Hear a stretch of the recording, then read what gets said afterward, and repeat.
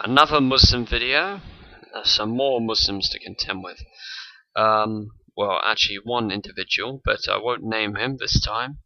The first argument he brings to the table is says, which is the only book that says kill anyone who refuses to listen to a priest, Quran or Bible? And he quotes Deuteronomy 17:12-13, which is talking about legal disputes and taking it before the priest and listening to his instructions. And yes, disobeying the priest was treated very serious. This is what the verses in question say. If cases come before your courts that are too difficult for you to judge, whether bloodshed, lawsuits, or assaults, take them to the place of the Lord your God will choose. Go to the Levitical priests and to the judge who is in office at that time, inquire them, and they will give you the verdict. You must act in according to the decisions they give you at the place the Lord will choose. Be careful to do everything they instruct you to do. Act according to whatever they teach you and the decisions they give you. Do not turn aside from what they say, from what they tell you, to the right or to the left. Anyone who shows contempt for the judge or the high priest who stands ministering there to the Lord, your God, is to be put to death. You must purge evil from Israel. All the people will hear and be afraid and will not be contemptuous again. The context is dealing with legal disputes among the Israelites. Furthermore, disobeying the high priest would have been serious. That's how God treated it. So I don't see what the problem is here. The next one this Muslim brings up is kill any friends and family that worship a God that's different of your own, Quran or Bible. And he quotes Deuteronomy 13:6-10, which says the following. If your very own brother, or your son or daughter, or the wife you love, or your closest friend secretly entices you, saying, let us go and worship other gods, gods that neither you nor your ancestors have known, gods of the peoples around you, whether near or far, from one end of the land to another. Do not yield to them or listen to them. Show them no pity. Do not spare them or shield them. You must certainly put them to death. Your hand must be first in putting them to death, and then the hands of all the people. Stone them to death because they had tried to turn you away from the Lord your God, who brought you out of Egypt, out of the land of slavery. Then all Israel will hear and be afraid, and no one would do such an evil thing again among you. The context is dealing with putting to death those who lead you astray into idolatry. Even if it includes your own family members. This is part of the demonstration of loving God more than anything else, including your own family. And of course, idolatry warranted the death penalty. It was a very serious matter. What the Muslims' objection to this verse is, I do not know. The next objection is the word bastard appears 3 times. Is it in the Quran or the Bible? And I don't see what the point of this objection is. So what? The word King James and some translations use the word bastard as a description. I don't see what the problem is with the Bible using that term, because it means in the context of illegitimate child, not obnoxious person. Unless, I assume, this person is insinuating that the Quran doesn't insult anyone.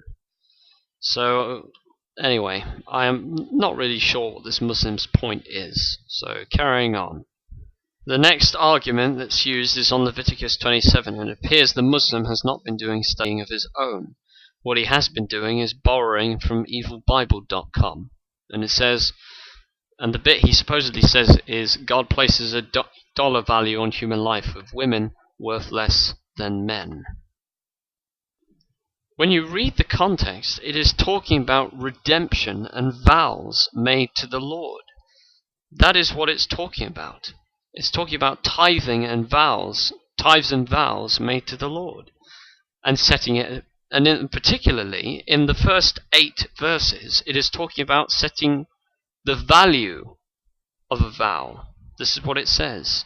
The Lord said to Moses, speak to the Israelites and say to them, if anyone makes a special vow to dedicate a person to the Lord by giving the equivalent value, set the value of a male between the ages of 20 and 60 at 50 shekels of silver, according to the sanctuary shekel. For a female, set her at 30 shekels. For a person between the ages of 5 and 20, set the value of a male at 20 shekels and a female at 10 shekels. For a person between 1 month and 5 years, set the value of a male at 5 shekels of silver, and that of a female at 3 shekels of silver. For a person 60 years old or more, set the value of male at 15 shekels and a female at 10 shekels. If anyone making the vow is too poor to pay the specified amount, the person being dedicated is to be presented to the priest, who will set the value according to what the one making the can afford. The Guzik.BibleCommentator.com says the following about verses 3 to 8. It says the following in A and B of the commentary. I'm happy to provide the reference. It says the following. If your variation is of a male from 20 years old up to 60, I'm quoting it, 60 years old, persons were assigned a value according to their age and general usefulness to society, especially in an agricultural society. There was a definite sense in which a man between 20 and 50 was more valuable than a child 1 month to 5 years old. If he is too poor to pay your valuation. Importantly, no one was prohibited from fulfilling a vow of consecration because they did not have enough money. If they were poor, the priest would be flexible with the valuation. Everyone can give their life to the Lord. There is none who are too small or too insignificant or too useless. God wants to use each and every one. Unquote. And there is no sexism even remotely placed inside the context of this section whatsoever. The next bit that the Muslim complains about is Deuteronomy 22:22, or Deuteronomy 22 verses 23 to 24. If a man happens to meet in a town a virgin pledged to be married, and he sleeps with her, you shall take both of them to the gate of that town and stone them to death. The young woman, because she was in a town and did not scream for help, and the man, because he violated another man's wife. You must purge the evil from among you.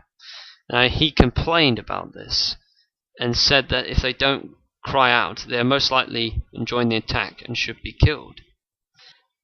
Well, some people often say that silence is usually a sign of approval, isn't it? I mean, in this case, if the woman isn't screaming, it's a sign that she's actually approving it and condoning it. I mean, don't some people take the same attitude with Aisha? The fact that she was silent means that she consented to Muhammad marrying her. But that's neither here nor there, and that's a different subject. But there's a little bit of inconsistency there. And if the woman fails to cry out, that's her own fault. Because if she isn't crying out, it is the likelihood that she is enjoying it and actually wants to commit adultery with this man. So it seems very fair to punish the woman for what she's doing, as well as the man. Both of them have to be punished. The Muslim then says the following in the text. He says, a rapist must buy his victim from her father for 50 shekels.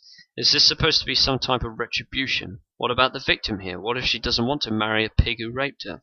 All that matters is the father receives a payment for his property. The verse they were alluding to was Deuteronomy 22:28 to 29, and it's a perversion of the text that this Muslim is doing. This is what the text says in Deuteronomy 22, verses 28 to 29. If a man happens to meet a virgin who is not pledged to be married and rapes her, and they are discovered, he shall pay her father 50 shekels of silver. He must marry the young woman, for he has violated her. He cannot divorce her as long as he lives. In all fairness, this section is really a punishment on the divorced man. It's sort of like a recompense, you know. You wanted this woman, you've got this woman. And yes, paying 50 shekels was a form of restitution for what he did to the person's daughter. The same verse also coincides with Exodus 22:16, where it says, if a man seduces a woman who is not betrothed and lies with her, he shall give the bride a price for her and make her his wife. If the father utterly refuses to give her to him, he shall pay money equal to the bride price for virgins. So even with the context of Deuteronomy and Exodus, the woman does not have to marry her rapist at all. She does not have to do that, and she's not obligated to do that, provided her father has said that she needn't. You know what I mean? She only marries the captor if her father wills it. If he doesn't, then she won't. Simple as that. So it's not a have-to scenario unless the father says so. Another thing, which says that says all women must suffer great pains during childbirth due to Eve eating the fruit of knowledge. Quran or Bible? And once again, they failed to mention the fact that man is cursed in his labor and woman is cursed in childbirth and childbearing. So both of them have a curse, not one or the other. They're cursed in a specific way. And if the Muslim has a problem with this, will he have a problem with this hadith from Sahih Bukhari, Volume 1, Book 6, number 301, on sahihbukhari.com. Once Allah's apostle went out to the Musalla to offer the prayer, sorry, my Arabic's not that good. Eid al-Adha and al-Fitr prayer. Then he passed by the women and said, "O women, give alms, as I have seen that the majority of the dwellers of the hellfire were you women." They asked, "Why is it so, O Allah's apostle?" He replied, "You curse frequently and are ungrateful to your husbands. I have not seen anyone more deficient in intelligence and religion than you. A cautious, sensible man could be led astray by some of you." The women asked, "O Allah's apostle, what is deficient in our intelligence and religion?" He said, "Is not the evidence of two women equal to the witness of one man?"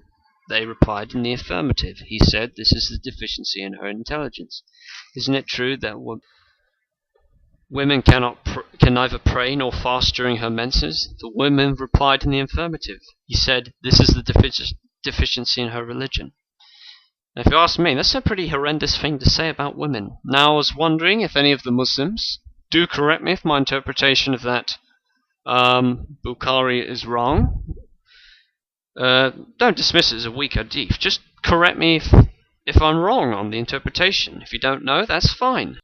There are some issues that both Muslims and Christians are confronted with and they haven't studied on the issue. That's fine. It happens.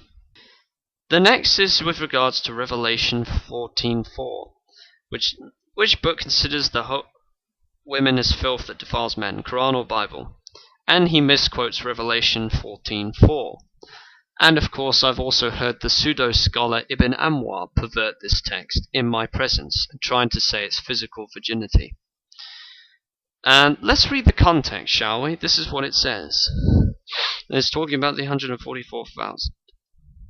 Then I looked, and there before me was the Lamb standing on Mount Zion, and with him 144,000 who had his name and his father's name written on their foreheads. And I heard the sound from heaven that was the roar of rushing waters, and like a peal of thunder. The sound I heard was like that of harpists playing their harps. And they sang a new song before the throne and before 4 living creatures and the elders. No one could learn the song except the 144,000 who have been redeemed from the earth. These are those who did not defile themselves with women, for they have remained virgins. They followed the Lamb wherever he goes. They purchased from among mankind and offered blameless first fruits to the God and the Lamb. No lie was found in their mouths. They are blameless. Then I saw another angel flying in the air, and he had the eternal gospel to proclaim to those who live on the earth, to every nation, tribe, language, and people. He said in a loud voice, "Fear God and give him glory, because the hour of his judgment has come. Worship him who made the heavens, the earth, the sea, and the springs of water." A second angel followed and said, "Fallen, fallen is Babylon the Great, which made all nations drink the maddening wine of her adulteries." Notice the very context. It is talking about spiritual adultery, not physical adultery. It is not saying that women are defiling. It is It's not saying all women are defiling. It is referring to spiritual adultery. And Babylon the Great is often portrayed as a sorceress and adulterous woman, as most people know. In fact, also read Revelation 18. This is what it says 4 chapters later in Revelation 18 about Babylon. When the kings of the earth who committed adultery with her and shared her luxury see the smoke of her burning, they will weep and mourn over her, terrified at her torment. They will stand far off and cry, "Woe, woe to you, great city, you mighty city of Babylon! In 1 hour your doom has come." So, are you telling me that the kings of the earth literally had sex with the city? It's not talking about physical virginity in either Revelation 14 or Revelation 18. It is in the context of spiritual adultery. That's the context.